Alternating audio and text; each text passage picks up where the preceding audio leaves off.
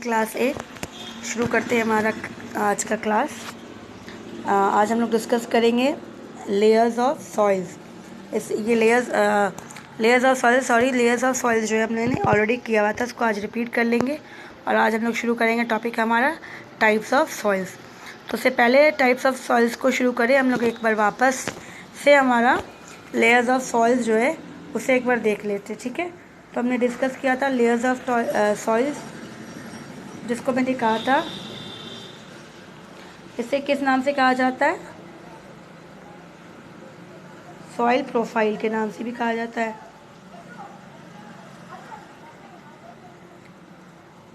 ठीक है। तो ये सॉइल प्रोफाइल्स जो है इसे सॉइल प्रोफाइल के नाम से मेनली कहा जाता है। तो लेयर्स ऑफ सॉइल्स को हम लोग सॉइल प्रोफाइल के नाम पे कहेंगे। जैसे पिक्चर्स यहाँ पे सॉइल प्रोफाइल का दिया था, आपका ये वाला है। तो जैसे मैंने बताया था, ये पहला वाला, दूसरा, ये तीसरा, ये ब्लैक वाला जो है ये 4th लेयर्स है।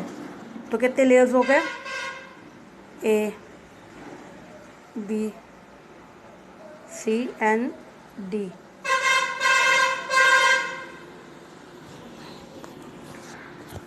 तो 1 2 3 4, तो ये 1 लेवल 2 3 4। अब यहाँ पे देखना है वेदर, इसको बेड रॉक्स भी बोलते हैं। क्या बोलते हैं इसको, बेड रॉक भी बोलते हैं, BED बेड रॉक, क्योंकि नीचे सबसे, इसे फिर पैरेंट रॉक्स भी कहा जाता है। पैरेंट रॉक्स क्यों बोलते हैं पैरेंट रॉक, क्योंकि ये बेटा जो है लास्ट एकदम ये रॉक्स जैसा होगा वैसा ही इसका ऊपर वाला टॉप सॉइल जो है हमारा टॉप लेयर्स को जोते बोलते हैं टॉप सॉइल्स, वो वैसे ही होगा। तो इसीलिए इसको पैरेंट रॉक्स भी बोलते हैं, बेड रॉक्स भी बोलते हैं, ठीक है। तो ये जो है टूटी हुई पत्थर नहीं है, बड़ी बड़ी पत्थर है। उसके बाद ये छोटी छोटी पत्थर दिख रही है, तो ये टूट गई है, तो वेदर्ड है। ये अनवेदर्ड हो गया, तो ये वेदर्ड नहीं है, अनवेदर्ड रॉक हो गया, ये वेदर्ड हो गया, ठीक है। ये सब सॉइल हो गया, सॉइल होने वाला है, और उसके ऊपर वाला जो हो गया वो सॉइल हो गया, तो उसको टॉप सॉइल भी के नाम से कहा जाता है, ठीक है। तो ये चीज़ जो है यहाँ पर आपको पिक्चर्स जो है दिया नहीं है, तो यहाँ पर सिर्फ लेयर्स बता दिया, दैट वाज 4 लेयर्स। तो हमने पढ़ा, सबसे पहले नीचे से जाएंगे अनवेदर्ड, जहाँ पे रॉक्स देखा था बड़े बड़े थे, फिर वेदर्ड रॉक्स छोटे हो गए, उसके बाद हम लोग सब सॉइल में गए।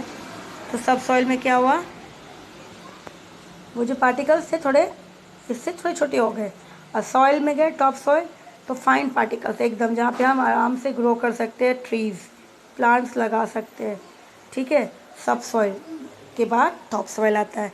तो टॉप सॉइल में क्या होता है, कंटेंट क्या होती है, ह्यूमस होता है। Humus that is micro organisms, जो सॉइल को क्या करता है, फर्टाइल करता है। जो भी चीज़ें आप मिट्टी में देते हो फिर कुछ दिन बाद आपको दिखता नहीं है वो, तो वो उसको डिकम्पोज कौन करता है, वो ह्यूमस कर देता है। तो इसी तरह सॉइल को जो है वो फर्टाइल करता है। अब हम आएंगे टाइप्स ऑफ सॉइल। तो सॉइल कितने हैं, कितने टाइप्स के सॉइल्स हैं। एलुवियल सॉइल है, ठीक है, बहुत इंपॉर्टेंट है ये। सॉइल फर्टाइल होता है, और ये किससे बना है, क्ले, सैंड एंड सिल्ट। तो सबसे पहले ये जान लो कि जो सॉइल होती है उसकी कॉम्पोजिशन क्या है, मतलब इस पर क्या क्या चीज़ें हैं, ठीक है, कॉम्पोजिशन क्या क्या है।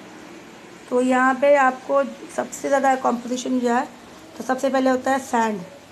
सॉइल किससे बना हुआ है, sand, silt and clay.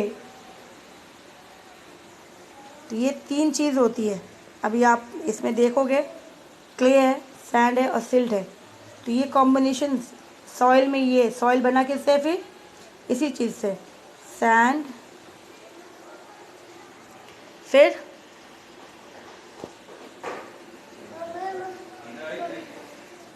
Sand, फिर क्ले एंड सिल्ट।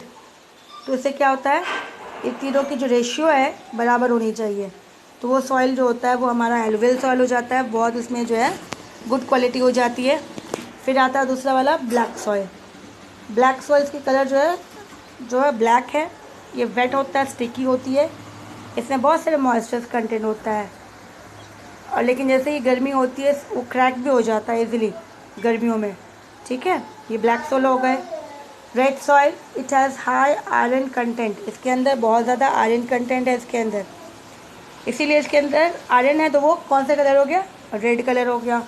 फिर आता है fourth laterite soil, it is porous, इसके अंदर भी बहुत ज़्यादा होल्स होते हैं, ये ब्राउन कलर का है और ये लेस फर्टाइल है, एकदम फर्टाइल नहीं है, मतलब एकदम नहीं, लेस फर्टाइल है, इसमें इजीली जो है ग्रो करेंगे, लेकिन हमें उसके अंदर न्यूट्रिएंट देना पड़ेगा। फिर आता है डेजर्ट, डेजर्ट मतलब इट इज़ लूज, जो है पोरस है, आराम से इसके अंदर जो है इजीली एयरी है। और इसके अंदर क्यों डेजर्ट में जो कॉम्बिनेशन है सैंड का, सिल्ट का और क्ले का, तो सैंड और सिल्ट इतना ज़्यादा नहीं है जितना सैंड है, तो उसकी रेशियो सबसे ज़्यादा किसकी है, सैंड की है, तो इसीलिए वो डेजर्ट सॉइल हो गया। फिर माउंटेन सॉइल्स अगेन गुड, उसके टेक्सचर गुड्स है, इसके अंदर ह्यूमस अच्छा खासा है, इसीलिए वो भी फर्टाइल होती है। ठीक है, तो ये हो गया। अब हम मूव करेंगे degradation of soils and method of conservation, कि डिग्रेडेशन ऑफ सॉइल कैसे हुई, सॉइल की क्वालिटी कैसे ख़राब हुई और हमें उसको बचाना कैसे। The major threat to soil is the erosion, तो इम्पॉर्टेंट जो थ्रेट, जो टॉप सॉइल हमने देखा था जिसमें पेड़ लग रही है टॉप सॉइल में, अब यहाँ पे अगर पेड़ अगर हटा दोगे आप, ठीक है, अब टॉप सॉइल में से देखोगे पेड़ हट गए, अब सिर्फ प्लेन है, तो उससे क्या हो जाएगा, अगर हवा विंड आई, विंड क्या करेगी, ईजिली इसको मूव करके कहीं और ले जाएगी, डिपॉजिट कर देगी। तो टॉप सॉइल जो था उसके अंदर क्या था, ह्यूमस था, और ये अच्छी क्वालिटी थी, लेकिन वो ख़राब हो गई, वो कहीं और चली गई, इससे क्या हो गया, वो उसकी क्वालिटी ख़राब हो गई। तो इरोशन एक मेथड प्रॉब्लम है जो बहुत इंपॉर्टेंट है, उसको हमें रोकना कैसे। और डिप्लेशन ऑफ सॉइल, सॉइल की कमी जो होती है, डिप्लेट होती है, डिक्रीज़ हो जाती है। तो बोथ नेचुरल एंड ह्यूमन दोनों ही रिस्पॉन्सिबल है, एक तो ह्यूमन खुद पेड़ को काट देता है, वो हो गया, और नेचुरली जब विंड हवा बहती है तो भी सॉइल को एक जगह से दूसरी जगह ले जाती है। तो इसी तरह से टॉप लेयर ऑफ सॉइल जो है, अगर हम नेचुरली देखेंगे तो फ्लड के थ्रू, लैंडस्लाइड्स, वेव्स, ये तो नेचुरल हो गया। फिर दूसरा आ गया ह्यूमन एक्टिविटीज़, अगर पेड़ काटते हो, ग्रेजिंग करवाते, बारिश बहुत ज़्यादा वॉश करते हैं, excessive use of chemical fertiliser use करते हैं तो भी हो जाता है। तो इसी तरह से ये मेथड है जहाँ पे हम सॉइल को ख़राब कर देते हैं। तो इससे क्या होती है, सॉइल की फर्टिलिटी क्या हो जाती है, कम हो जाती है, जिसके लिए this affect the fertility of soil. तो ऐसे में अगर आप इसमें कुछ ग्रो करोगे, कुछ लगाओगे, तो वो ख़राब हो जाएगा, उतना ग्रो अच्छा नहीं होगा, प्रोडक्शन इसकी कम हो जाएगी। अब आता है मेथड ऑफ कंजर्वेशन, कि हम उसको कैसे बचाएं, कंजर्व कैसे करें। तो एफॉरेस्टेशन, मतलब हमें क्या करना चाहिए, प्लांट लगाना चाहिए, प्लांट लगाते ही क्या हो जाएगा, सॉइल इरोशन रुक जाएगी।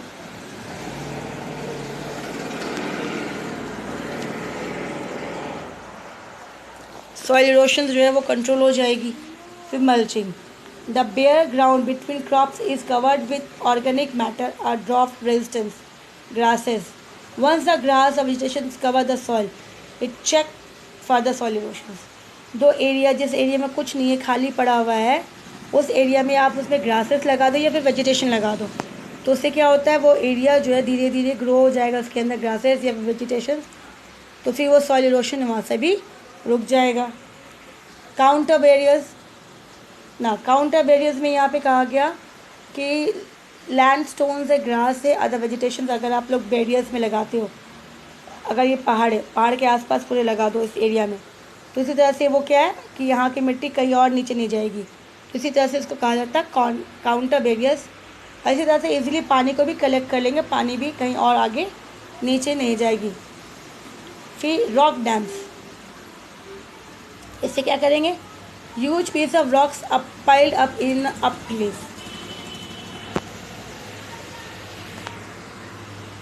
अगर आप लोग आराम से पत्थर इकट्ठा कर लेते हैं एक एरिया में, इस तरह से पाइल अप कर लेते हैं जगह में पत्थर को, तो क्या हो गया, इससे क्या हो सकता है, जो बारिश की पानी है एटलीस्ट उसकी जो फ्लो हो जाएगी वो कम हो जाएगी, वो रुक जाएगी। अब बारिश की पानी जब आएगी तो साथ में वो सॉइल भी लेके आएगी, तो वो वहीं रह जाएगी, आगे नहीं बढ़ेगी। ये मेथड भी अच्छा है।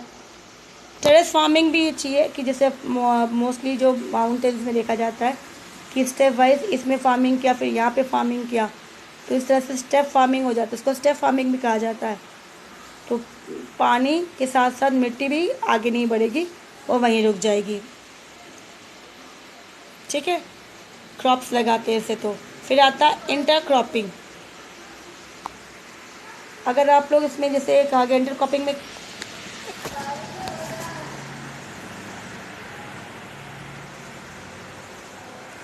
इसमें भी अगर हम लोग इंटरक्रॉपिंग में अगर ऐसी क्रॉप्स लगाया जाए जो अपने को एनिमल्स को भी यूज़ कर सके, और इससे क्या होगा हमारी जो सॉइल्स जो है इसको हम बचा सकेंगे। इस तरह से वो ऑल्टरनेटिव। ठीक है, एक बार पेज पीछे चला गया।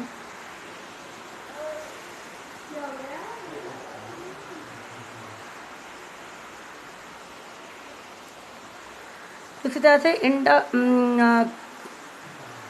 काउंटर क्रॉपिंग में इस तरह से कहा गया ऑल्टरनेटिव रॉ में, अलग अलग रॉ में बना के इस तरह से अलग अलग कुछ चीज़ें लगाए, मैनेज किया जाए, पेड़ लगा दिया है, तो इससे मिनिमम जो है सॉइल इरोशन कंट्रोल होगी। तो उसको ऑल्टरनेट रो पे अलग अलग रो बना दिया गया इस तरह से। ठीक है, इसके साथ साथ counter plugging is also same कि यहाँ पे जो भी हम पैरेलल लाइन्स पे या फिर इस तरह से जो है यहाँ पे पेड़ लगा रहे, एक लाइन से स्ट्रेट लाइन से लगाया दूसरा, तो अगर मान लेते कि एक से क्रॉस हो गया तो दूसरे में कहीं रुक जाएगा, दूसरे से क्रॉस हो तो तीसरे में तो रुकेगा ही रुकेगा। इसी तरह से इसको काउंटर प्लगिंग की नाम से कहा जाता है, जहाँ पे हम प्लांट लगाए या वेजिटेशन लगाए। ठीक है, shelter bed is also same thing कि यहाँ पे कहा जाता है various row of trees are planted, इसमें हम ट्रीज़ लगा देंगे अलग अलग, तो इससे भी जो है इरोशन जो है रुकेगी आराम से, वो मिट्टी वहीं रुक जाएगी, आगे नहीं बढ़ेगी। तो these are different methods through which we can protect the soil erosion, जो है उसको हम आगे बढ़ने से रोकेंगे। आज यहीं करते, क्लास आगे जो है नेक्स्ट क्लास में चलेंगे, क्योंकि डिस्टर्बेंस बहुत ज़्यादा हो रही है, बारिश भी हो रही है। ठीक है, तो आज हम लोग यहीं रखते हैं, नेक्स्ट क्लास में आगे बढ़ेंगे।